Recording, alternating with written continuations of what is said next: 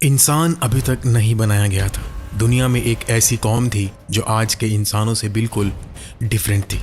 शुरू में उन्होंने अमन से ज़िंदगी गुजारी, लेकिन वक्त के साथ वो सही रास्ते से भटक गए। उन्होंने सोचा कि उन्हें हर तरह के जुल्म और भयानक बेदर्दी करने का हक है। आखिर में अल्लाह ने फैसला किया। अल्लाह ने फरिश्तों का एक लश्कर भेजा। कुछ मोमिन जिन भी इस लश्कर में शामिल हुए। इनमें से एक जो इल्म का रहबर था और मोमिनों के लिए एक रहनुमा था, वो फरिश्तों के दरमियान बुलंद किया गया, हत्ता कि उसने फरिश्तों को भी इल्म सिखाया। उसने इंसाफ के लिए जंग लड़ी, फरिश्तों के लश्कर की रहनुमाई की और आखिर में जीत कर धरती पर अमन कायम किया। उसने एक सल्तनत बनाई। लेकिन ये कहानी आपको हैरान कर देगी, क्योंकि ये कहानी शैतान की ज़िंदगी की है, जब वो अभी शैतान नहीं हुआ था। इस वीडियो में आप उसकी वो ज़िंदगी देखेंगे जो उसके बगावत से पहली थी। हम एक नई और हैरानकुन वीडियो के साथ वापस आए हैं। हमारे चैनल को सब्सक्राइब करना ना भूलें और वीडियो को लाइक करें ताकि आप ऐसी कहानियों से महरूम ना रहें। तो अगर आप तैयार हैं तो चलिए शुरू करते हैं।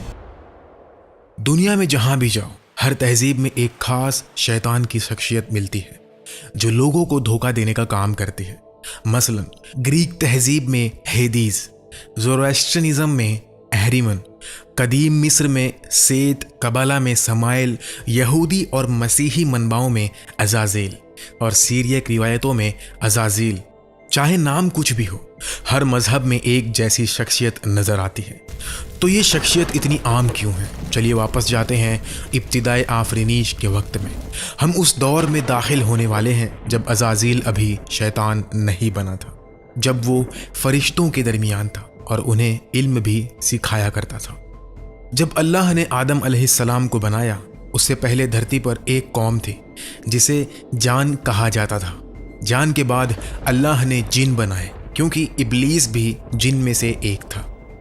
हम जान कौम के बारे में इस आयत से जानते हैं। हमने इंसान को सूखी मिट्टी से बनाया जो काली कीर से बनी थी, और उससे पहले हमने जान को बेधुएं वाली आग से बनाया।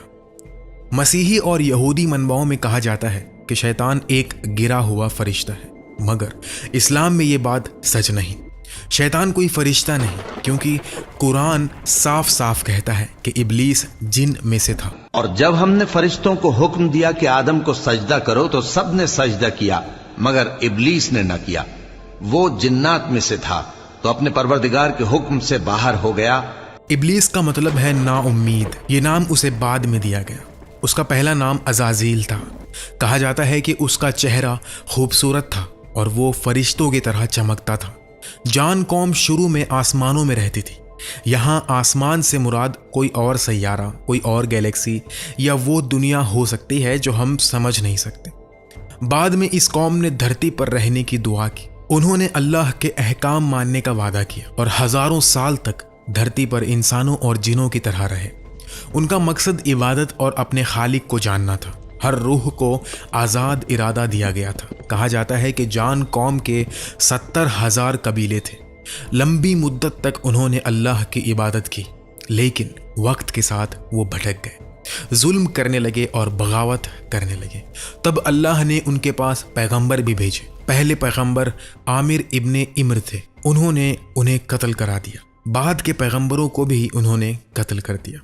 फिर अल्लाह ने इब्लीस की क़यादत में फरिश्तों का एक लश्कर भेजा जो जान कौम के खिलाफ लड़े। इस लश्कर ने फसादियों को हरा दिया और उन्हें धरती से निकाल दिया। कुरान कहता है, ऐ जिन्नों और इंसानों की जमात, क्या तुम्हारे पास तुम्ही में से पैगंबर नहीं आते रहे जो मेरी आयतें तुमको पढ़ पढ़ कर सुनाते? इसके बाद धरती जिनों को दी गई। अल्लाह ने फरिश्तों का एक गिरोह बनाया और अज़ाज़ील को उनका और जिनों का हाकिम बनाया। उस वक्त अज़ाज़ील इबादत में निहायत दिल से लगा हुआ था। वो सब जिनों से ज़्यादा इबादत करता था। उसकी खुलूस वाली इबादत नज़रअंदाज नहीं हुई। अल्लाह के हुक्म से अज़ाज़ील आसमानों में बुलंद किया गया। कहा जाता है कि वो हर आसमान में 300 साल रहा। अज़ाज़ील ने वहाँ भी अपनी इबादत जारी रखी। उसकी गहरी खुलूस और शिद्दत की वजह से अज़ाज़ील का रुतबा जन्नत तक जा पहुँचा। कहा जाता है कि वो जन्नत में भी 300 साल रहा। तो शैतान कभी अल्लाह के मुकर्रिब बंदा था, शैतान ने जो रुतबा हासिल किया वो अल्लाह के नज़दीक एक बहुत बुलंद और इज़्ज़त वाला मकाम था। इसके बाद अज़ाज़ील धरती और आसमान दोनों जगह मौजूद था। सब फरिश्ते उसकी तारीफ़ करते थे। वो उसके गहरे इल्म से फ़ायदा उठाते और उसके दर्स में शामिल होते। एक बार कुछ फरिश्तों ने लौहे महफूज देखा।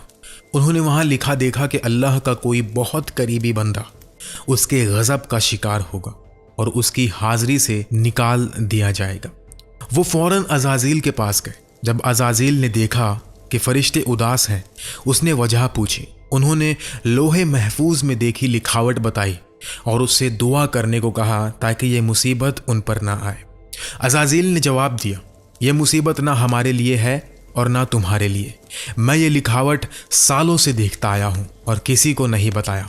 फरिश्तों ने ज़िद की कि वो दुआ करे। तब अज़ाज़ील ने हाथ उठाया और कहा, या रब, इन्हें इस मुसीबत से बचा। लेकिन तकब्बुर की वजह से उसने ये नहीं सोचा कि ये मुसीबत उसके लिए भी हो सकती है। उसका दिल बिल्कुल नहीं डरा। एक और रिवायत में बताया गया है कि इब्लीस ने लौहे महफूज देखा। उसने वहाँ लिखा देखा और पूछा, या रब, ये शैतान कौन है? अल्लाह ने फरमाया, वो मेरा एक बंदा है। मैं उससे बहुत सी नियामतें देता हूँ, मगर वो मेरे हुक्म की नाफरमानी करता है, तो मैं उसे जलील करता हूँ, रुसवा करता हूँ और निकाल देता हूँ। इब्लीस ने कहा, या रब, उसे मुझे दिखाओ, मैं उसे तबाह कर दूँ। अल्लाह ने फरमाया, तुम उसे जल्द देखोगे। अज़ाज़ील के बुलंद रुतबे की वजह से उसे ये ख़ास इख्तियार था कि वो आसमान और धरती दोनों जगह मौजूद हो सकता था। इस ख़ास मकाम ने उसमें तकब्बुर पैदा करना शुरू कर दिया। वो सोचने लगा, मैं जब चाहूँ आसमान या धरती पर हो सकता हूँ। जिन और फरिश्ते दोनों मेरे हुक्म के नीचे हैं। इस वक्त अज़ाज़ील शैतान बनने लगा था, क्योंकि अल्लाह दिल के राज जानता है। उसने फरिश्तों को अज़ाज़ील के छुपे हुए ख्यालात दिखाने चाहे। इससे हमें एक अहम सबक मिलता है कि इंसान को अपनी इबादत या बुलंद मकाम पर भरोसा नहीं करना चाहिए और कभी तकब्बुर में नहीं पड़ना चाहिए। अल्लाह ने फरिश्तों से कहा, मैं धरती पर एक खलीफा बनाने वाला हूँ। उन्होंने कहा, क्या तू इसमें ऐसा शख्स बसाएगा जो फसाद करेंगे और खून बहाएंगे, जबकि हम तेरी हम्द और तकदीस करते हैं। अल्लाह ने फरमाया कि मैं वो जानता हूँ जो तुम नहीं जानते।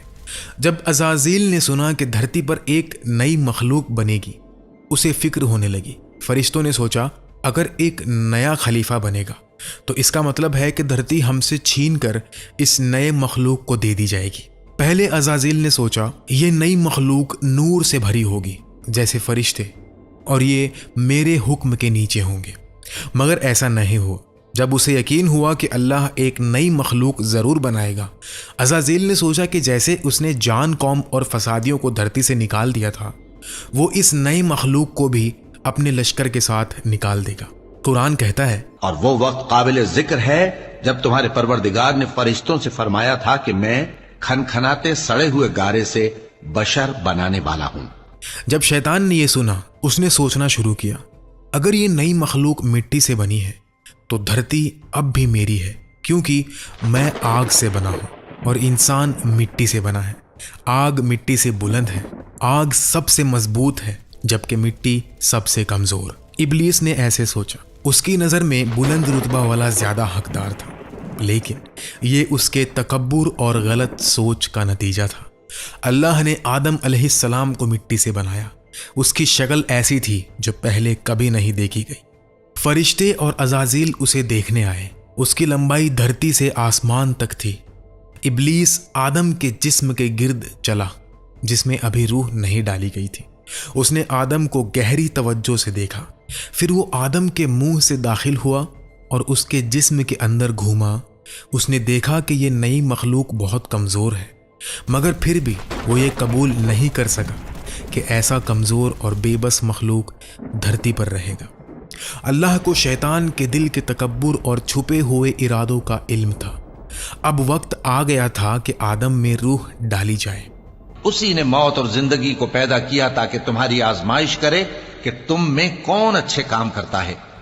इस वाक़या के बाद आदम अलैहिस्सलाम में रूह डाली गई। रूह उनके मुंह से दाखिल हुई اور ان کے پورے جسم تک پہنچی۔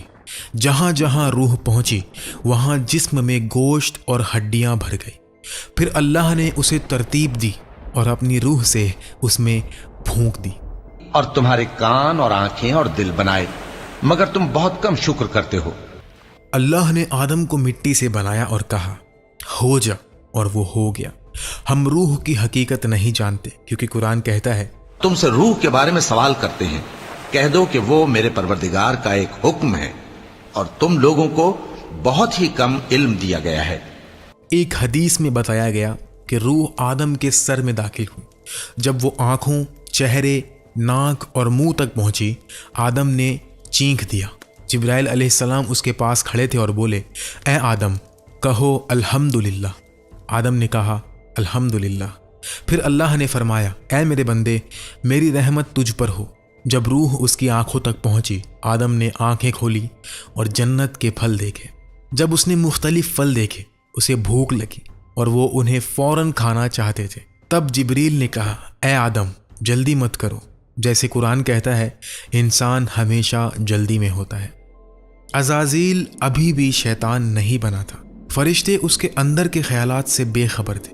پھر وقت آیا، آدم علیہ السلام عزت کے تخت پر بیٹھے۔ اللہ نے سب فرشتوں کو پکارا، اور جب ہم نے فرشتوں کو حکم دیا کہ آدم کے آگے سجدہ کرو تو وہ سب سجدے میں گر پڑے، مگر شیطان نے انکار کیا اور غرور میں آ کر کافر بن گیا۔ یہ سجدہ آدم علیہ السلام کی عبادت کے لیے نہیں تھا، کیونکہ عبادت صرف اللہ کے لیے ہے۔ یہ مسلمانوں کے کعبے کی طرف رخ کرنے جیسا تھا۔ مقصد اللہ کے حکم کی اطاعت تھا، کیونکہ عزازیل نے سجدہ نہیں کیا، وہ کفار میں شامل ہو گیا۔ پھر اللہ نے اسے عزازیل نہیں ابلیس کہا اور فرمایا اے ابلیس، کیا بات ہے کہ تو نے اس کے آگے سجدہ نہیں کیا جو میں نے اپنے ہاتھ سے بنایا؟ ابلیس نے جواب دیا میں اس انسان کے آگے سجدہ نہیں کروں گا جو تو نے بدبودار سوکھی مٹی سے بنایا۔ تب اللہ نے فرمایا یہاں سے نکل جا، تو ملعون ہے اور میری لعنت تجھ پر ہے قیامت کے دن تک۔ ابلیس اب ہارنے والوں میں شامل ہو گیا تھا اور اس کے لیے نجات کا کوئی راستہ نہیں بچا۔ جب وہ تباہ ہونے والا تھا، ابلیس نے آخری التجا کی، میرے رب مجھے اس دن تک مہلت دے جب لوگ قبر سے اٹھائے جائیں گے۔ اللہ نے فرمایا تجھے ایک مقررہ وقت تک مہلت دی جاتی ہے، قیامت کے دن تک۔ ابلیس نے کہا کیونکہ تو نے مجھے گمراہ کیا، میں تیرے سیدھے راستے پر چلنے والے بندوں کو گمراہ کروں گا۔ میں ان کے سامنے سے، پیچھے سے، دائیں سے اور بائیں سے آؤں گا، اور تو دیکھنا کہ اکثر لوگ ناشکرے ہوں گے۔ اللہ نے فرمایا یہاں سے ذلیل اور ملامت کردہ نکل جا، جو بھی تیرا ساتھ دے گا میں قسم کھاتا ہوں کہ میں جہنم کو تم سب سے بھر دوں گا۔ الطبری کے مطابق اس آیت میں ذلیل اور ملامت کردہ کا مطلب ہے کہ شیطان نے اپنی خوبصورت شکل اور فرشتوں جیسا روپ کھو دیا۔ یہاں ایک بات واضح کرنی ضروری ہے، کچھ لوگ کہتے ہیں کہ شیطان نے اللہ سے بحث کی یا ان سے مقابلہ کیا، مگر یہ بحث نہیں تھی۔ یہاں تم ایک بندے کو دیکھتے ہو جو سوال کیا گیا، اللہ کی حاضری سے نکال دیا گیا اور ذلیل کیا گیا۔ بعد میں آدم علیہ السلام کو جنت کے پھل دیے گئے۔ پھل کھانے کے بعد انہیں نیند آئی۔ جب آدم علیہ السلام سو رہے تھے، اللہ نے حوا علیہ السلام کو ان کی بائیں پسلی سے بنایا۔ لوگوں اپنے پروردگار سے ڈرو جس نے تم کو ایک شخص سے پیدا کیا، یعنی اول اس سے اس کا جوڑا بنایا، پھر ان دونوں سے کثرت سے مرد و عورت پیدا کر کے روئے زمین پر پھیلا دیے۔ اس وقت کے بعد سے آدم اور حوا علیہ السلام کو جنت میں رکھا گیا۔